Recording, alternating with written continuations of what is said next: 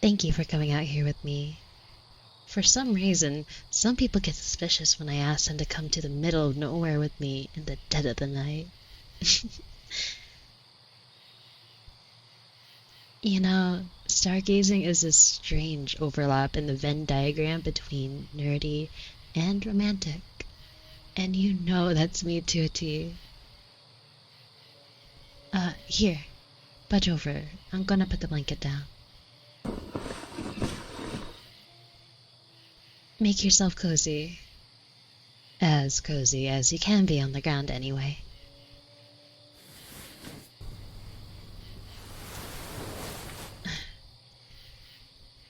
Okay, so we're looking for a constellation that looks like a wiggly capital A. Just down from Cassiopeia, which is a really easy to spot W. Got it?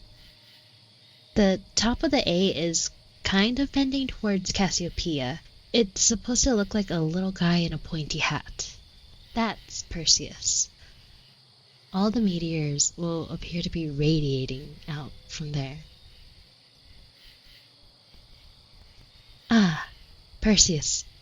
This is Greek mythology, of course. A lot of the Northern Hemisphere constellations are based on Greek mythology, but Perseus killed the Gorgon Medusa. Pegasus sprung up from her blood and the foam of the nearby waves. And that constellation is over there. A wonky horse with a big square wing. And Perseus rode Pegasus to the kingdom of Cephus, who is just on the other side of his queen, Cassiopeia. There. It's like a guy's head in a pointy hat with a little pigtail. Anyway, Cephus' daughter, Andromeda, who is just next to Pegasus, like she's laying on her back, chained to a rock. But that was due to being sacrificed to a sea monster, Cetus. Cetus is... take those two stars diagonally in the square of Pegasus's wings, and draw a line to the east through Pisces, and you'll get this big whale shape. Anyway, Perseus rides up on his big white winged horse, kills the whale, and frees Andromeda. They get married and have 6 kids. And he uses Medusa's head to kill a king that's sexually harassing his mom. The end. Yeah, this is what you get up to when you're a rural kid with shitty internet. You get some books on Greek myths and a star chart and go to town. Oh, talk nerdy to you. Well, buckle up and gird your loins. The shooting stars tonight are space dust and debris that fell off of the comet Swift-Tuttle probably thousands of years ago. It has an orbit around the sun that lasts about 133 years, give or take a few years. And last came by Earth in 1992. We'll see it again in 2126. Though, not to be a buzzkill, but it may smash into the Earth someday as it comes pretty close to us. But that won't be until the 31st or 45th centuries, so not much for us to worry about. People have been recorded watching the shooting stars just like us since the 1st century. They seem to come from Perseus because that's the direction the Earth is heading. The Earth is hurtling through space and goes splashing through this path of debris every year at the same time, and every bit of dust and space rock that interacts with our atmosphere as the Earth goes plowing past lights up due to friction, causing it to ignite. That's the weird... Oh! Did you see that one? It was a little one over there. I guess they're starting. Don't worry if you missed it. It was just a little one. And if we're lucky, the peak could be 60 asteroids a minute later on, so you'll be bored of them by the end. Anyway, what I was saying was the real mind bender is that the stars aren't really shooting by us. We're shooting by them. So when you see one race across the sky, realize that it's standing still and you're just seeing how fast the Earth moves instead. We're flying around this little star every year. I think that's the magic of space, right? The intersection of hard science and romance and poetry. You can look up and see it all and feel so small and insignificant, but also feel so empowered.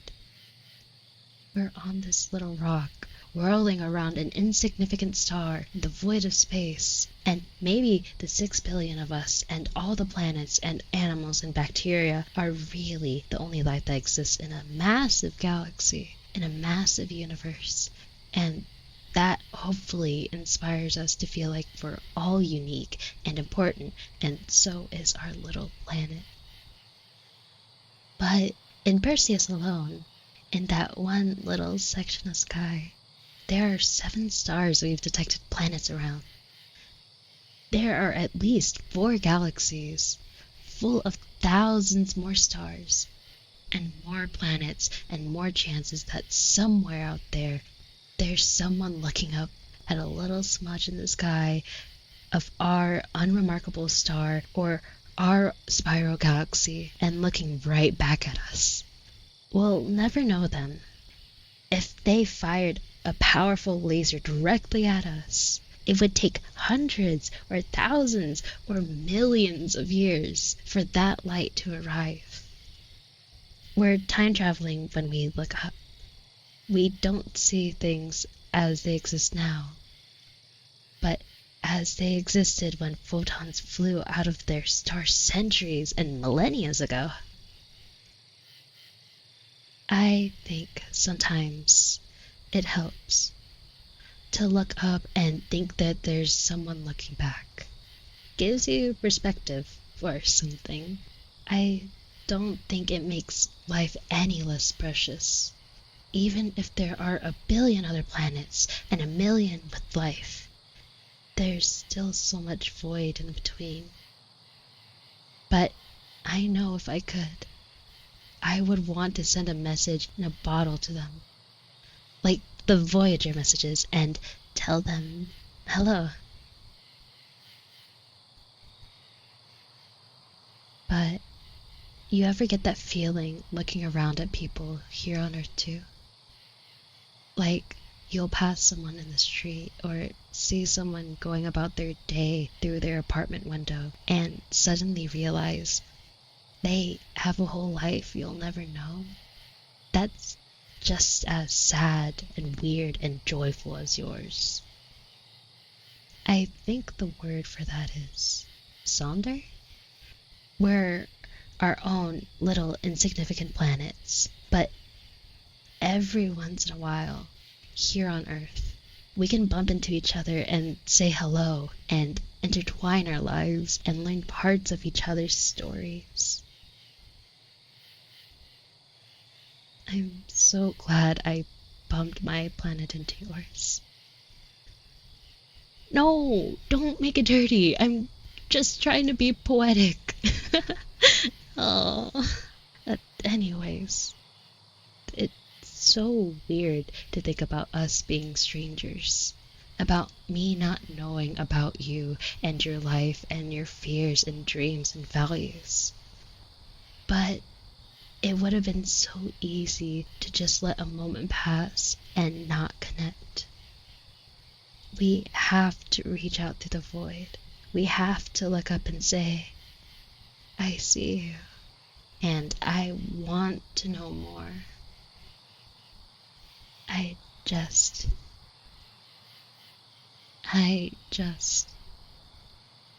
can't imagine my life without you in it. I'm so glad you're here.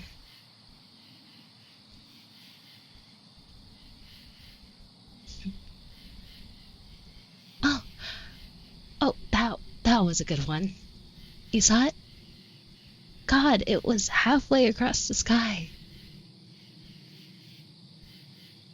Did you make a wish?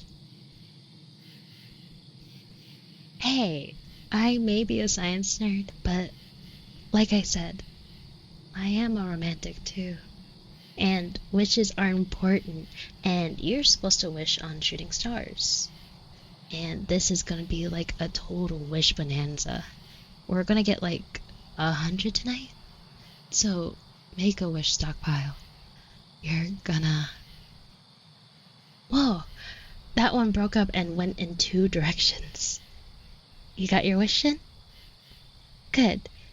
I think we're getting into the thick of it now. Yeah, I saw. Wow. It's just a cloud of dust and a handful of space pebbles. It's amazing that something so mundane can make something so beautiful. Oh,